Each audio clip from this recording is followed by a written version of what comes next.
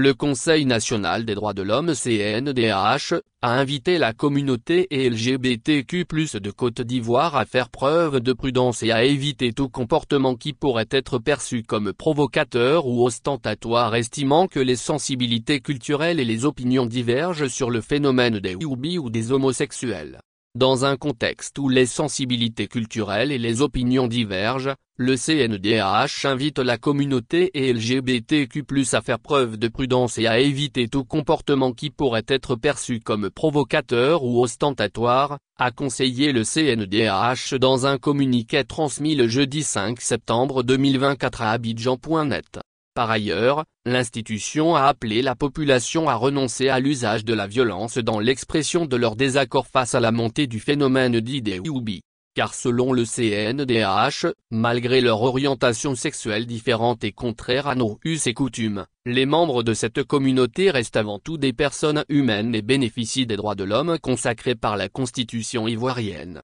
Auparavant, le CNDH dit croire fermement que la protection des droits des personnes LGBTQ+ peut et doit être menée d'une manière qui honore et respecte ses valeurs culturelles tout en promouvant l'inclusion et la dignité pour tous. En outre, le communiqué signé par Namisata Sangaré, la présidente du CNDH, a rappelé que la Côte d'Ivoire a de tout temps rejeté les recommandations relatives à la liberté d'orientation sexuelle devant les instances internationales. Ces derniers temps, la communauté LGBTQ+ a été la cible de plusieurs publications, attaques et propos injurieux sur la toile. Réagissant à cette polémique sur l'homosexualité dans le pays, le gouvernement ivoirien a rappelé au terme du Conseil des ministres du jeudi 5 septembre 2024, que la loi sur le mariage en Côte d'Ivoire consacre le mariage entre deux personnes de sexe opposé. Le mariage en Côte d'Ivoire, c'est un homme et c'est une femme, a tranché Mamadou Touré, le porte-parole adjoint du gouvernement ivoirien.